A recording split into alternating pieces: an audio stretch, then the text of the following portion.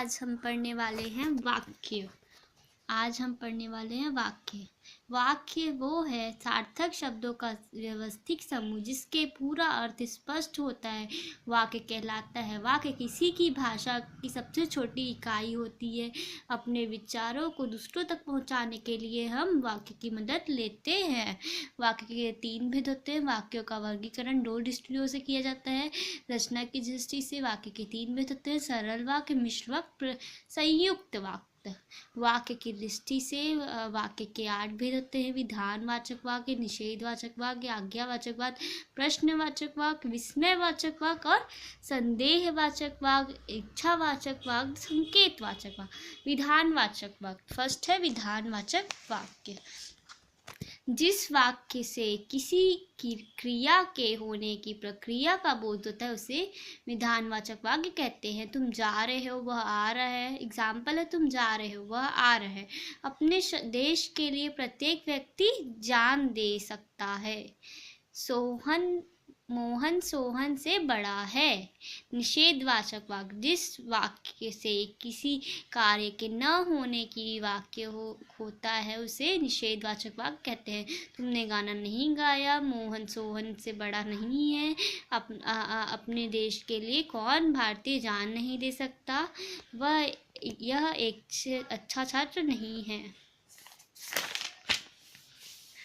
Third है आज्ञावाचक वाक्य। जिस वाक्य की किसी प्रकार आज्ञा अथवा अनुरोध का बोध हो उसे आज्ञावाचक वाक्य कहते हैं।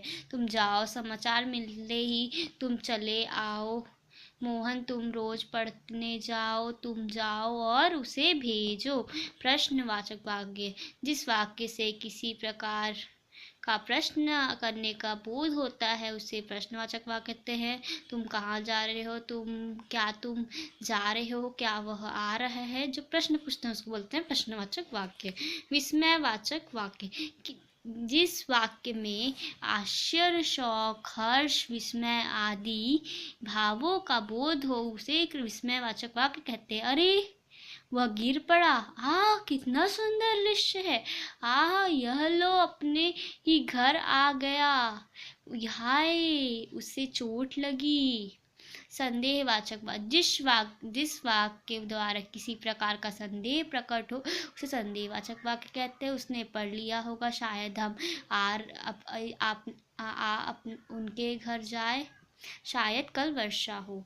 इच्छावाचक वाक्य जिस वाक्य में किसी की आशा, शब्द, शुभकामनाएं का बोध होता है उसे इच्छावाचक वाक्य कहते हैं। तुम सफलता प्राप्त करो, तुम हमेशा खुश रहो, ईश्वर तुम्हें सद्बुद्धि दे।